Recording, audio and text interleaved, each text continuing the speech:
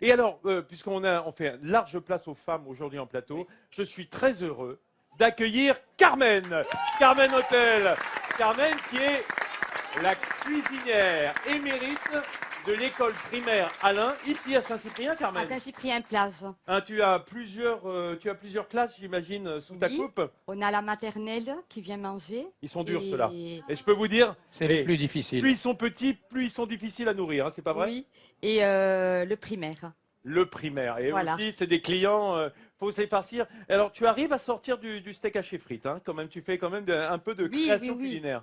Bien sûr, on cuisine des produits frais quand on peut, et voilà. Et les enfants. C'est vrai que c'est dur de varier à cet âge-là au niveau des recettes. Regarde, on a quelques images de ton. Excuse-moi, Nathalie, on a quelques images.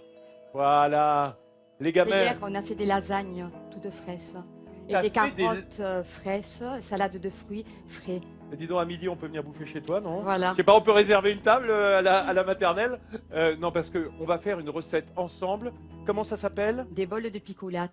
Les bols, c'est des picolates. Alors, c'est intraduisible, je vous le dis carrément, sauf qu'on dirait boulettes de viande à la catalane. Voilà. Hein, ce sont les boulettes de viande, c'est un peu le hamburger catalan. Oui. Génial. Alors là, je peux dire, les enfants, si vous regardez, que vous soyez en Bretagne, que vous soyez dans le Grand Est, dans les Hauts-de-France, en Rhône-Alpes, vous allez voir ce que c'est, comment on traite les enfants ici à l'école. Et tout le monde va vouloir venir à l'école à Saint-Cyprien. Voilà, comme ça c'est réglé, il va falloir de la place. Regarde, il y a Carmen qui est au boulot. C'est dommage que vous qui nous regardez, vous ne le sentez pas. Tiens, passe là, viens voir, viens mettre le nez au-dessus de la casserole. Carmen, qu'est-ce que tu es en train de verser dans ta sauce tomate? Donc j'ai fait revenir de l'oignon. Ouais. J'ai mis de la pulpe de tomate. D'accord.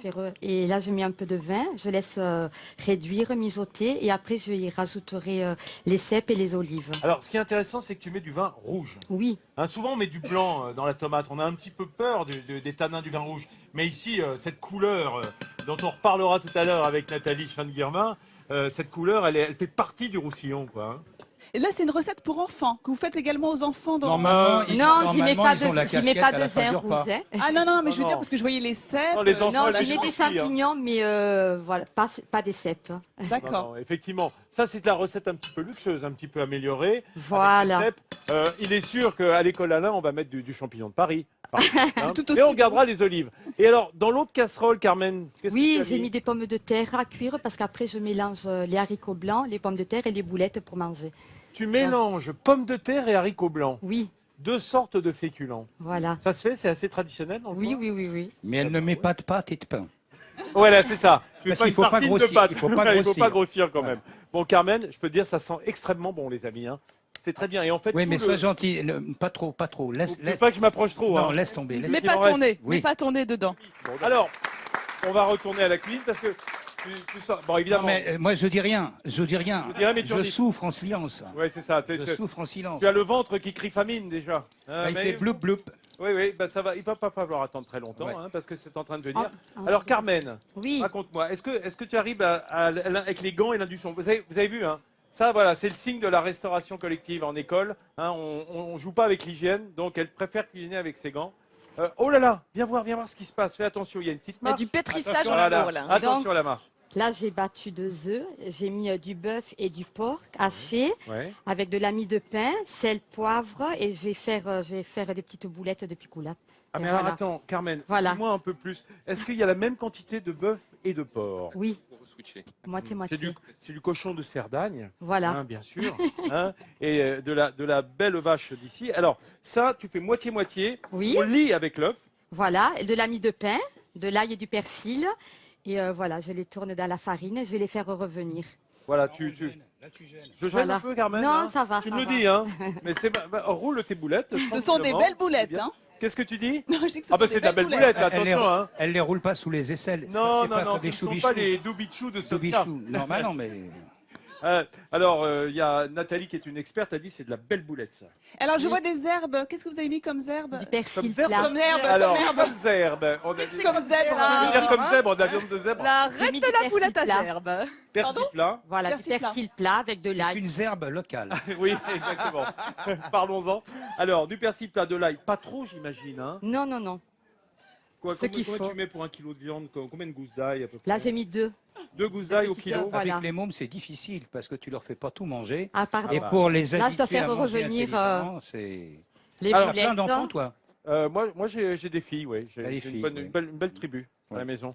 Mais ça, les bols, je sais pas comment tu dis. Les bols de picoulates. Les picoulates. Pays catalan. Attention, vas-y Carmen, je veux pas gêner surtout. Hein, Daniel, voilà, donc je les fais revenir. Ah oui. Alors tu les aplatis pas, hein, parce que le but c'est que ça reste bien circulaire, bien sphérique. Des boulettes en fait. Et tu vas les rouler dans la poêle? Voilà, je les roule et après je les mets dans la sauce. Et je laisse mijoter. Vincent, ce sont des boulettes, pas des galettes, donc on les aplatit pas. Exactement. Ce sont des boulettes, donc ça doit rester en forme de boule. Merci Hélène de cette précision. Des boulettes à zerbe. Parce que tu disais qu'il y avait plein d'enfants, mais toi, je crois que t'es pas mal non plus. 7 enfants, oui. Dis donc, pour les nourrir, là. Ça mange, hein. Quand ta femme est en cuisine, là, ou toi, d'ailleurs, tu cuisines un peu? Oui, un peu. Mais là, c'est vrai qu'ils sont tous partis, ils sont grands. Il reste que le chat, quoi. Le chat. Mais par contre, le chat, lui, il mange plein de fois dans la journée. Il a faim tout le temps. C'est comme ça que mange un chat. Hein. C'est un chat à l'état sauvage fait 20 petits repas par jour, donc c'est normal. Ah non, arrête, ne me dis pas ça. Déjà, il commence à 4h30 avec moi. Après, il va pleurer chez mon épouse Kiki pour dire j'ai pas mangé, il m'a rien donné. Elle lui redonne. On se fait toujours avoir. Il déteste les croquettes. Il aime pas. Par contre, alors... La boulette, ça fait preneur. Mais la boulette, non, il ne faut pas mettre de persil pour les chats. Je te le dis, Guillaume. Exact, oui. Pas de boulettes à zerbe pour les herbes. Oui, mais les boulettes à zerbe, je te signale que les boulettes à zerbe, ça dépend de la zerbe. La zerbe à chat, c'est spécial. La zerbe locale est acceptée. Oui. Alors, elle rajoute de l'huile, hein. Elle dit rien, mais comme ça, dans notre dos, sans rien dire. Carmen, on est en train de rater ces trucs, ces trucs et astuces. Pourquoi t'as remis de l'huile, Carmen? Parce qu'il y en a pas assez pour faire revenir. Voilà. Parce que n'oubliez pas que la surface...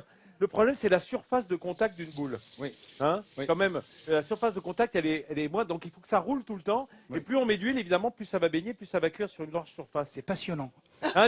Ce cours de physique là, que tu viens de nous donner, appliqué à la boulette. C'est le cours de physique culinaire qu'il faut prendre. Il faut prendre en note.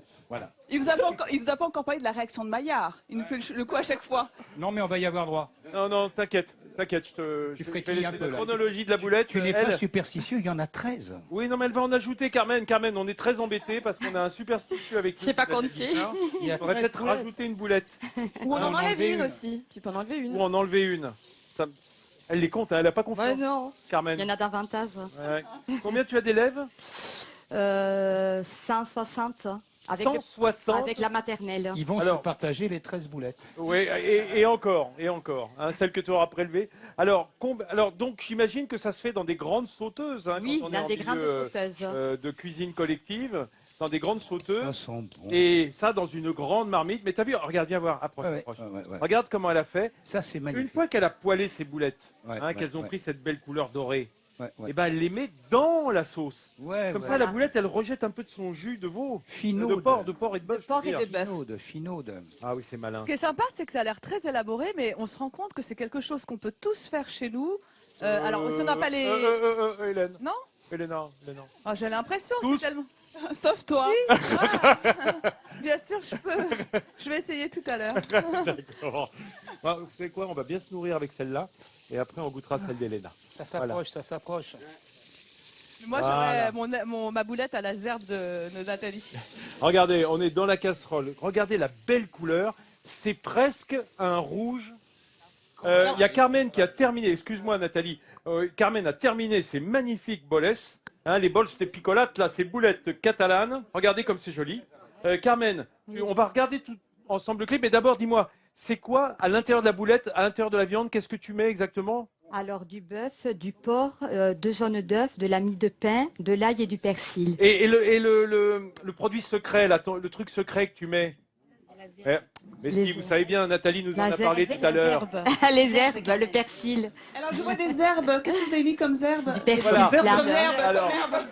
Voilà, l'ingrédient secret, c'est la zerbe. Hein, la zerbe que tu mets à l'intérieur. Nathalie, vous n'êtes pas sympa. Alors, Carmen, on va regarder ensemble le petit clip que l'on a fait à partir de ta recette. Rapidement pour quelques images. Alors, tu commences par, évidemment, mélanger ces ingrédients, c'est-à-dire porc et bœuf, moitié-moitié, avec les œufs pour lier. Hein, la farine, elle viendra après puisque tu vas les rouler en farine. L'ail, le persil, l'oignon va dans la sauce tomate. Voilà. Et après avoir fait poêler tes boulettes, tes belles boulettes de viande dans un peu d'huile d'olive, tu les remets dans la sauce, dans cette sauce tomate, oignon et tomate avec un peu de vin rouge. Oui. Et dedans, tu vas rajouter tes champignons. Et puis, tu y mettras Des les haricots blancs ou les pommes de terre. Voilà.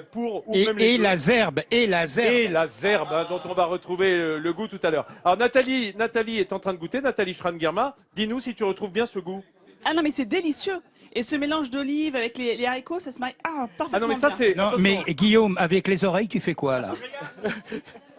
Et tu retrouves bien le goût de la zerbe, non? Ah, le goût de la zerbe, il est très prononcé, hein. Très prononcé, Carmen. Bon, mes amis, on va évidemment goûter. On va peut-être même mettre une petite goutte de vinaigre de Banyuls sur la boulette. On en a sur nos salades qui sont là. Regardez ce beau parterre de légumes et de fruits du Roussillon, puisqu'on est ici dans le Roussillon, je vous le rappelle. Hélène Gâteau est en train de faire déguster. C'est Alors, quoi, Hélène? justement, écoute, je suis partie sur la saveur du vinaigre avec des perles de vinaigre dans un gazpacho. Ah, Ça bah, doit formidable. être formidable, je pense. Avec le temps qu'il fait, juste avant le déjeuner, ça va vous ouvrir l'appétit. Merci à Hélène Legret d'être venue nous rendre visite au nom de la confrérie du Grenat de Perpignan et pour ses écrits que l'on adore. Merci à Daniel Guichard d'être venu nous C'est un vrai enchanter. plaisir. J'ai adoré ton cours de cuisine, Daniel. Tu as été extrêmement utile de ce point de vue-là et on adore tes chansons aussi, ça tu t'en doutes bien. Et je reste simple, et je reste simple. Voilà, on se retrouve demain ici, le Pierre du Rimbaud. Ah bah non, c'est le week-end, tu bête. Ah non, je sais plus où on en est là.